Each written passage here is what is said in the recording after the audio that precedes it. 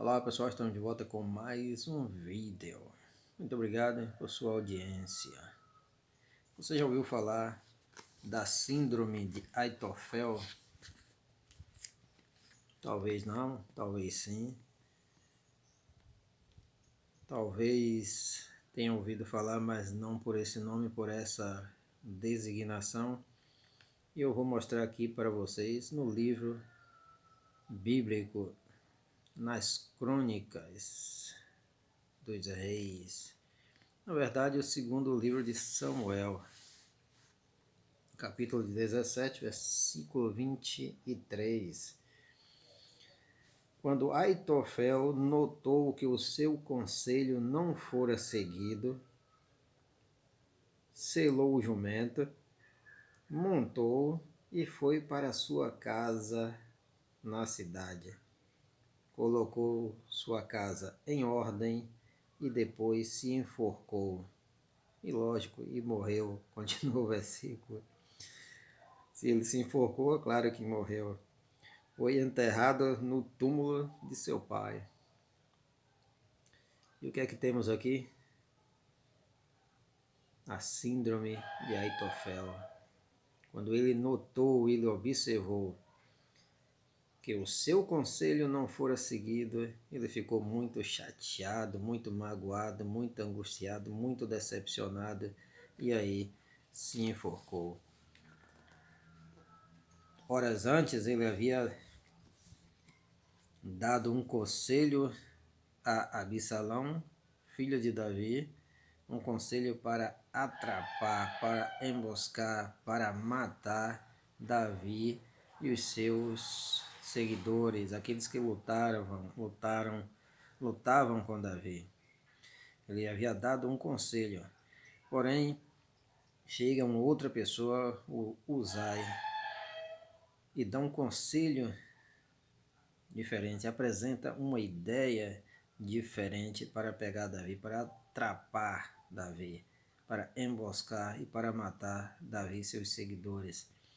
Só que Uzai, na verdade, era um espia, um espião, certo? E os israelenses são muito bons na espionagem, certo? E ninguém desconfiou que ele era um espião de Davi, Uzai. E o conselho de Uzai pareceu muito melhor a Absalão, certo? E aos líderes que ali estavam com Absalão, pareceu muito melhor do que o conselho de Ahitofel. Vale salientar que Absalão queria tomar o poder, não lhe importava se isso custasse a morte do pai, tanto que ele aceitou um conselho, certo? Que resultaria na morte do seu pai. Tomou conselho qual seria a melhor maneira, a melhor estratégia para pegar o seu pai, armadilhar o seu pai, emboscar o seu pai e seus seguidores e matá-los, para que ele então pudesse assumir o poder, pudesse assumir o trono de Israel, ok? Para que ele pudesse assumir o trono, pudesse assumir o poder, o controle, tudo pelo poder. E o que aconteceu? O conselho, a proposta apresentada por Ahitofel foi rejeitada, certo? Foi preterida, certo? E foi aceita a proposta de Uzai. Ahitofel então ficou muito chateado, muito magoado. O versículo 22, não, o capítulo 16, o capítulo anterior,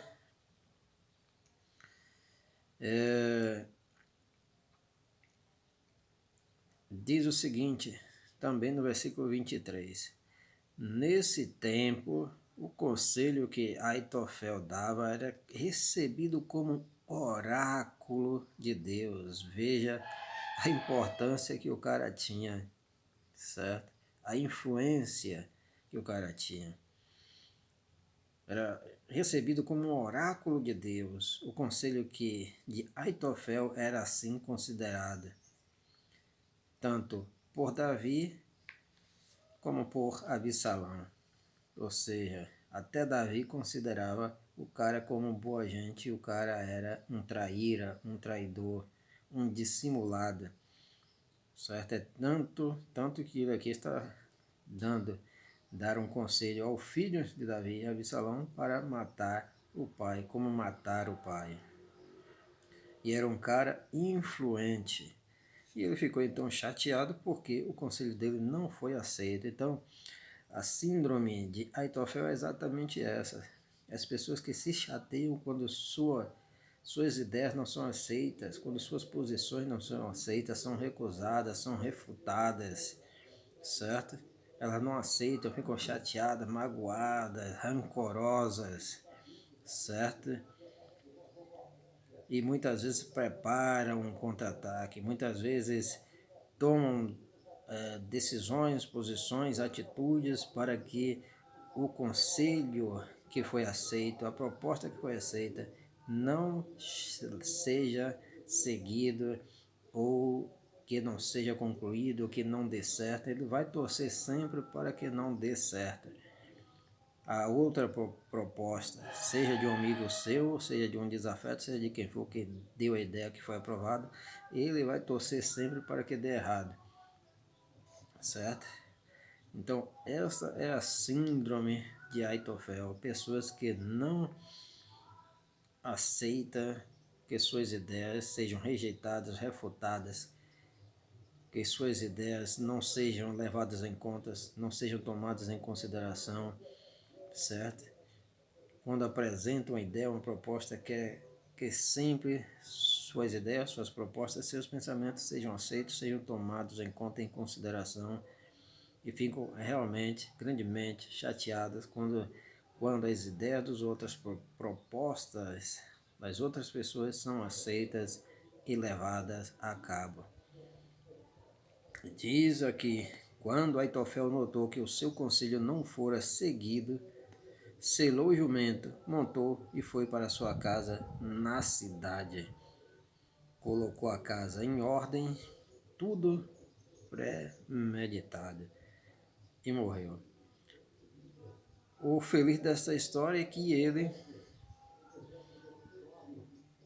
não tentou impedir o progresso da outra ideia que foi aceita, não atentou contra a vida de ninguém, mas apenas contra a própria vida. Esse é o bom da história, o final feliz dessa história. Mas a síndrome de Aitofel continua até hoje na vida de muitos de nós, certo? De muitos que têm plataformas nas redes sociais, que muitas vezes apaga todos os comentários negativos porque só quer receber comentário positivo, certo? Só querem receber comentário positivo. É como uma loja que está, por exemplo, nas redes sociais da internet, e as pessoas começam a publicar coisas negativas porque realmente existe e aconteceu, e o administrador começa a pagar, a deletar e deixar somente os comentários positivos de alguns clientes. Então, muitas pessoas que têm canais na internet também agem dessa maneira, só querem os comentários positivos.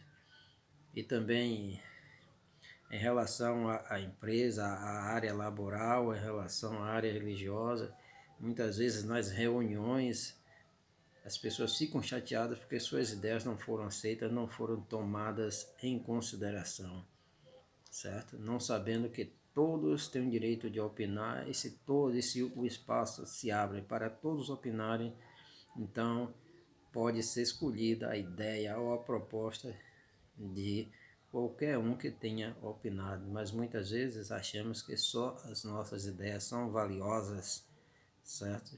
E aí sofremos com esse grande mal que sofria o Aitofel. certo? Sofremos desta síndrome de Aitofel, querendo tão somente que as nossas ideias sejam aceitas, nossas propostas sejam aceitas, ok? Espero que você tenha gostado desse comentário, desse vídeo, e valeu, muito obrigado, Deus abençoe, e considere as ideias das outras pessoas também, certo? Valeu, bye bye, obrigado, tchau.